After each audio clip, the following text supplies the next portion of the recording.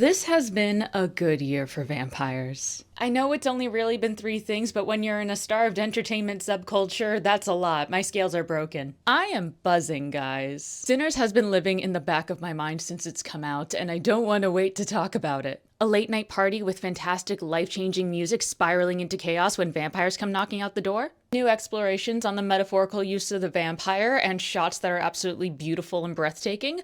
Count me in. I have been poring over think pieces to this movie as my personality, and fittingly enough, watched this as a chaser to finishing Buffalo Hunter x Hunter. Someone much smarter than me should write the video essay that discusses the use of the vampire and the fear of assimilation and the loss of your cultural identity. It's not gonna be me. But there was something small that I wanted to talk about that I haven't seen a lot of people talk about when they're talking about Sinners. Money. I really like how this movie handles the exchange of goods and services. I know the rocky road to Dublin is having people feral in the parking lots, and I Lied to You is still living in your head rent-free. We all love a good show-stopping folk musical, and I am eager to see more, maybe even some crossover episodes. 1, 2, 3, 4, 5. Hunt the hare and turn her down the rocky road and all the way to Dublin, Lolly-da. But the first half of this movie is not the party. It's haggling, it's arithmetic, it's logistics. Rent is due. I'm an American. I can't help but think about things in capitalistic terms. I'm afraid of the color red and words that cost more than $5. In all seriousness, how money is handled in this movie gave me something interesting to chew on that I wanted to share with you. And I don't think discussing the depiction of wealth or lack thereof in this movie is like the hidden secret you didn't know that will unlock the true meaning behind this movie. This is me explaining to you why the Virgin Mary has the color blue in most of her portraits. Like, save your shock and awe. I just really like the nice accent that money gives to the overall themes that Sinners is working with. Part 1. Transaction and Relationships. The most obvious and upfront use of money would be how it is used to convey community in this movie. What are you selling, who is selling it, and who's allowed to buy it?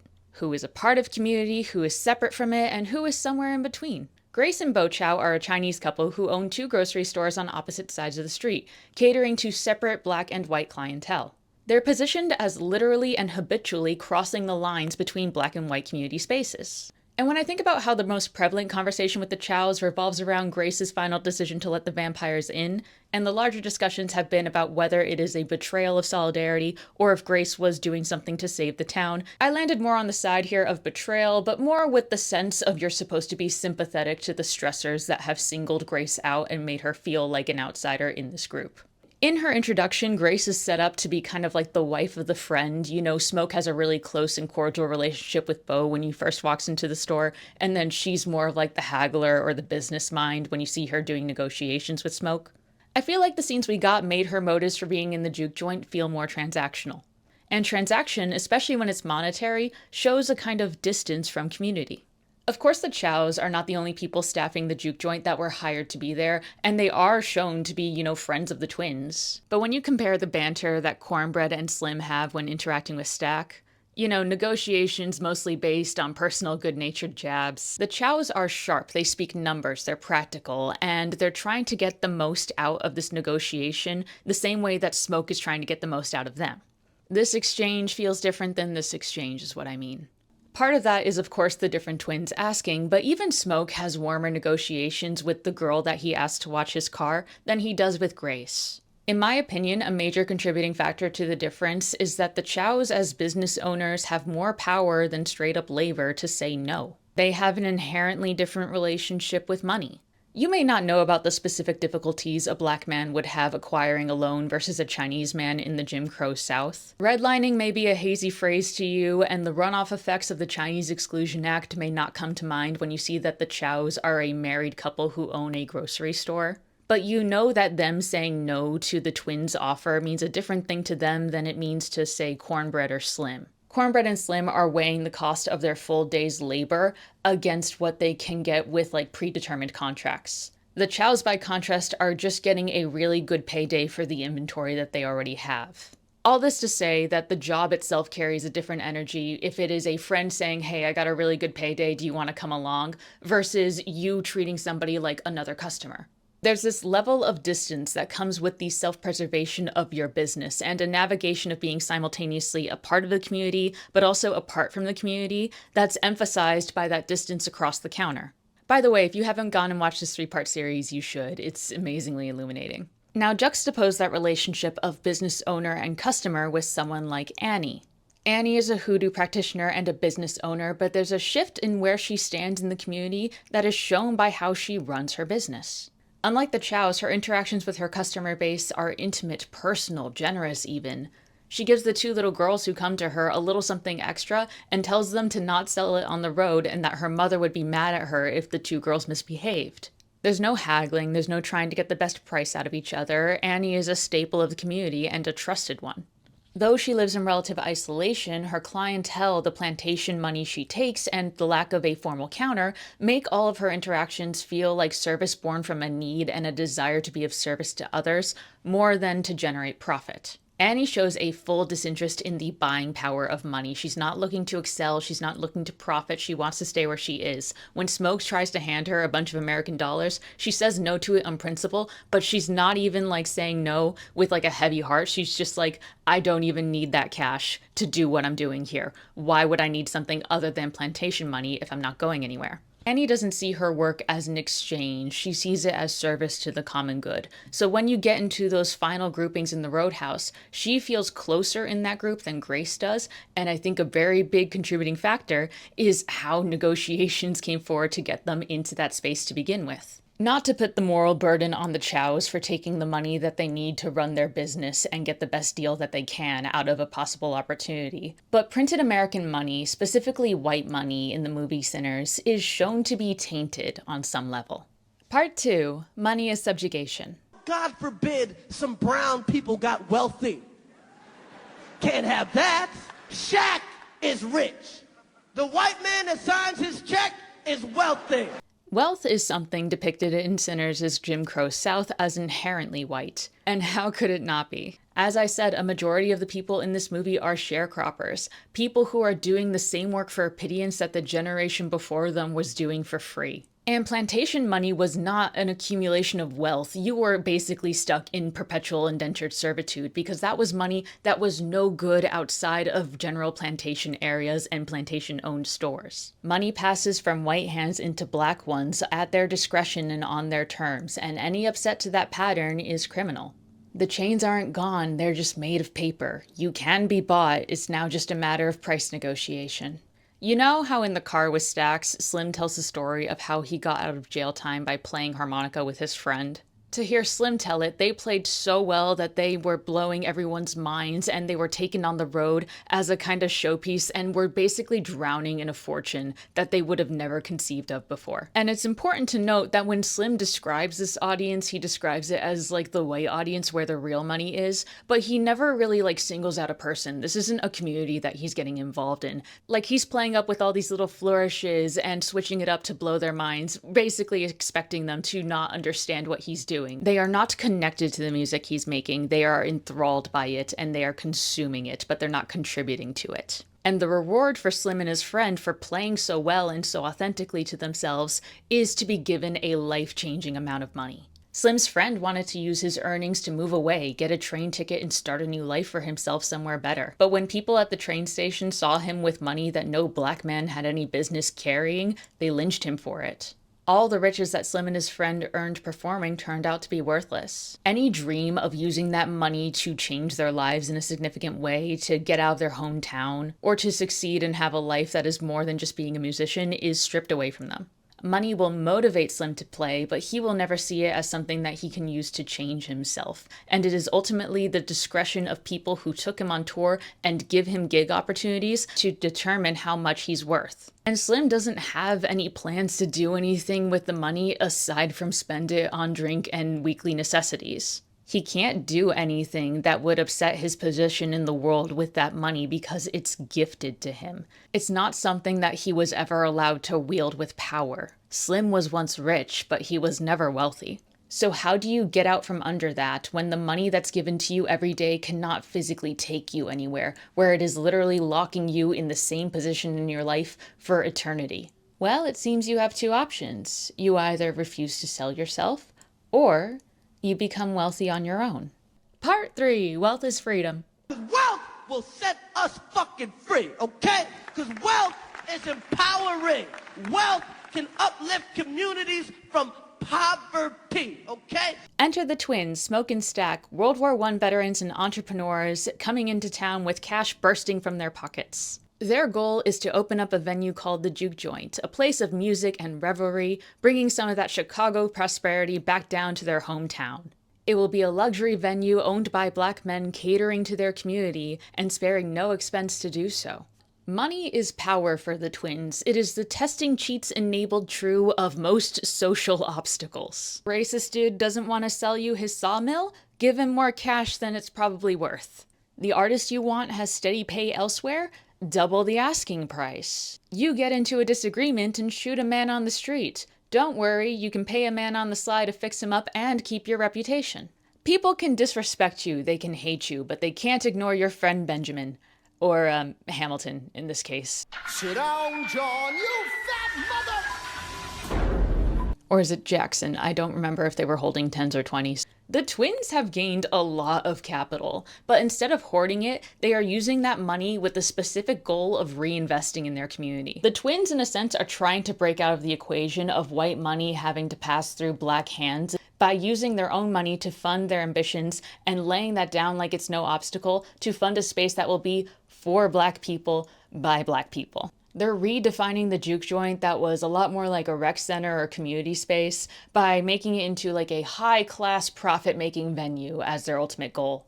It's going to have standards and goods that their patrons could never usually dream of. Italian wine, Irish beer, all served next to good old corn liquor. Of course, the inconvenient truth that they have to face here is that the twins are pretending to be wealthy, but they're not.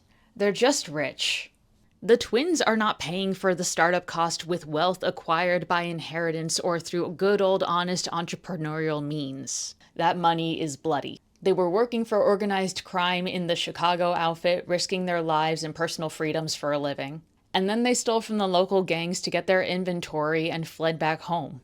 But how else were they supposed to come up with the upfront cost? With a business loan?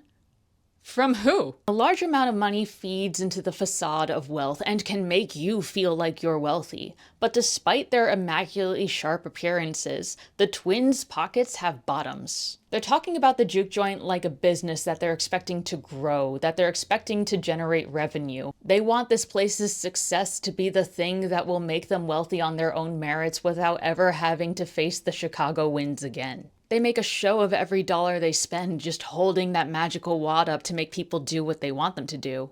But they can never flinch or show how much hot water they're actually in. I don't even know if the twins were supposed to be good businessmen or if this was supposed to be distinctly a risky business venture that they were doing out of sheer enthusiasm for their community, like more of an emotion-driven thing than one that they thought was going to generate a great amount of revenue.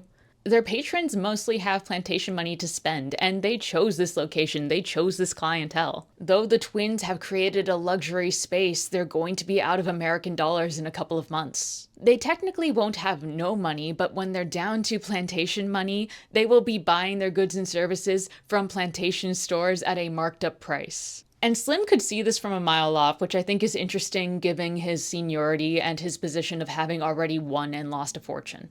They had $40 that week in a grand opening, but what are they going to do in the week after that and the one after that? Well, the business is going to plummet. Perhaps with a humbler business plan that kept in mind the limitations of its clientele, or perhaps by catering to richer clientele, the Juke Joint could have kept running for years.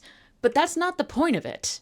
The Juke Joint is a venue that is providing goods to people who never thought they could afford it, who have literally been barred from ever purchasing it. This is life outside of the plantation, catering to them at their fingertips for no other asking price than for them to be themselves. This is meant to be a place of ease, of reward, a feeling of belonging and thrill. It's meant to feel like a place that houses freedom. Luxury is the point. The idea of having more than you need is the point. To the twins, money is freedom. Riches have allowed them to feel wealthy, to feel like the money they are spending is able to overcome all obstacles. And they wanted to make a place that makes you feel wealthy, that makes you feel free. But of course, the thing that the twins need to learn, and what you feel by the end of the film, is that everyone in the Juke Joint is already wealthy, because they have something that money can't buy. Part 4, Intangible Wealth. Yes, we are being corny. The treasure you made is the friends you made along the way, because they are. Go outside, touch grass, participate in a community event. I know Deborah is insufferable and she's gonna bring the same macaroni salad every time, but these are the things you have to endure. Believe me, it's good for you to talk to her every once in a while. People are good for you. Connection, culture, community, authenticity, these are the things that the Juke Joint is providing that money cannot buy. But it will certainly try. Historical juke joints seem to have had the same energy as a rent party. You know, like a community event that you charged with the understanding that the money you spent was going to cover the cost of the event more than to be driven for a profit. I mean, like for rent parties, the profit is for the rent of the person hosting it, but you know what I mean. For juke joints, it's to pay for the live music, the food and the drink and the space. And it was like one of those little egg incubators for blues music because of the environment that it fostered. The most powerful element in Sinners' Juke Joint is that it has the ability to inspire musicians. It gives them a space that feels safe where they can just play however they want with no need to cater to an audience outside of their own. They take music to the depths of their souls and perform and create with authenticity and bliss to a literally magical level, creating connection between themselves and their audience, their history, and their future, all in one simultaneous symphony. Money is the wrong answer in this movie for what makes you free. It is the element that clashes with the authentic spirit of the individual, with music and expression. Music is your soul made manifest. And the devil wants to buy it. How much is it worth to you? Part 5, A Fistful of Dollars. I don't have like a rock solid idea for what Remek's gold coins are meant to symbolize when it comes to his specific relationship to wealth. Maybe it's just straight up temptation, or maybe there's a story that I don't know somewhere where the devil offers a certain amount of gold coins. That seems like the type of motif that this might be going for. I don't know. If you have any good guesses, I would love to hear them. On a more literal level, as far as I can tell, Remek only has that same handful of coins throughout the entire movie, and it's used to tempt people to let him in, but he never actually gives it to them, and it seems that he has kept them beyond the point of recognition, so I'm thinking it's probably sentimental to the guy.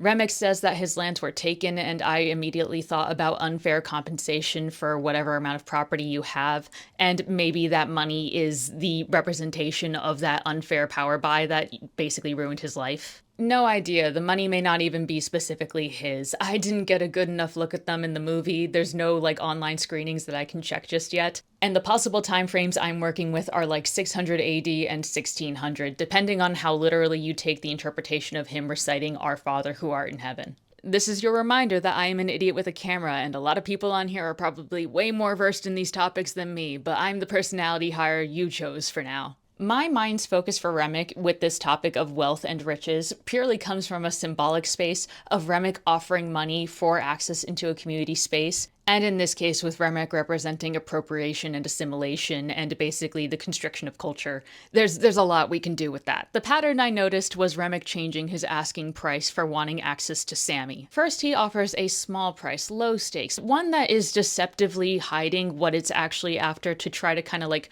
short you and make his access to the space easier by offering as little as possible. When they turn him away, he raises the price to something just bluntly tempting because it is so much wealth in his pocket. But when he's turned away a third time and money seems to be getting him nowhere, he escalates to intimidation, to violence, to harm upon the community until they give in or sell out. Money is the first visible face of power, and power is vague and obscure, but it can come from a place of violence and unspoken threat of that. There are people who won't take no for an answer at the Juke Joint store that want to take your music. They want to take the wealth created by the richness of the lives that you have all cultivated together, and they seek to buy it with gold, but they will take it with blood. And it is to take, not to share. Remek doesn't want Sammy's music for Sammy's creative and authentic expression of himself. Remek wants to use Sammy on his terms to play to his taste so that he can relive the glory days with his ancestors. There is no regard for Sammy's input, his creative freedoms, or even his personal agency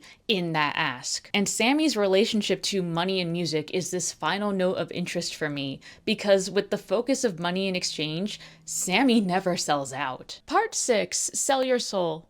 At the beginning of the movie, you can see that Sammy is doing his work picking in the cotton field before everyone else so he can finish his quota at the plantation. He is doing this as a means of being able to feed himself for the week, but then doing it as quickly as possible so he can get out of the way and get straight to the thing he actually cares about. People playfully ask him if he's been making money with the guitar, and he bashfully kind of waves it away, perhaps embarrassed by his lack of success, and he has heard stories of people making money off of all of their music. But at the end of the day, music turns out to be the whole point to him. This turns out to be the reason he's doing any of this. Sammy's music is his. It is his soul. It is his reason for being. He doesn't give in and alter his music for others. He doesn't play for the vampires. He doesn't play church songs for his dad or throw out the guitar. He never plays when he doesn't want to for the sake of his audience's satisfaction. He never sells his soul. I don't even know if he was getting paid to be at the Juke Joint that night. I assume the cousins gave him money for it, probably. They compensated him. You don't even see the negotiations, and I just kind of imagine this meme because I feel like Sammy would have just been so enthusiastic to play somewhere cool. We see Stax shouting about how they're going to make some money, maybe they gave him a cut, but the important part is that we do not know the specifics because the specifics did not matter to Sammy. Because to Sammy, playing is the whole point.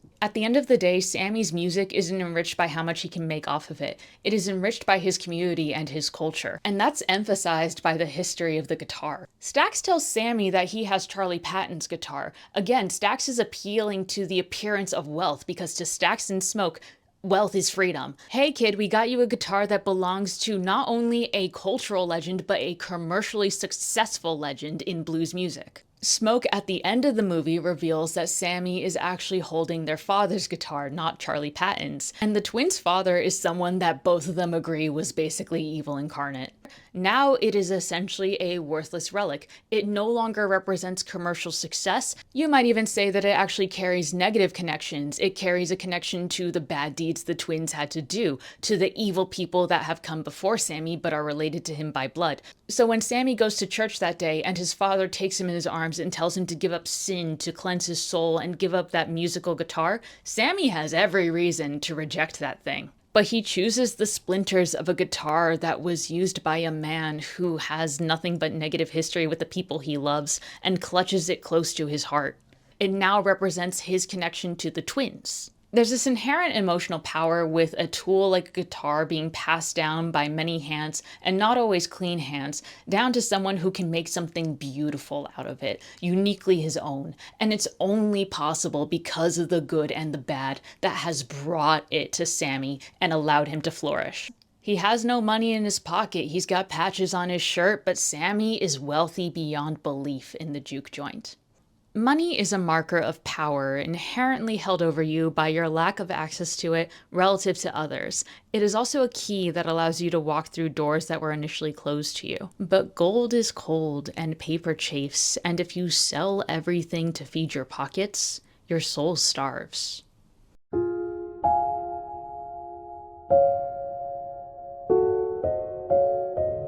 I'd sell you for one corn chip.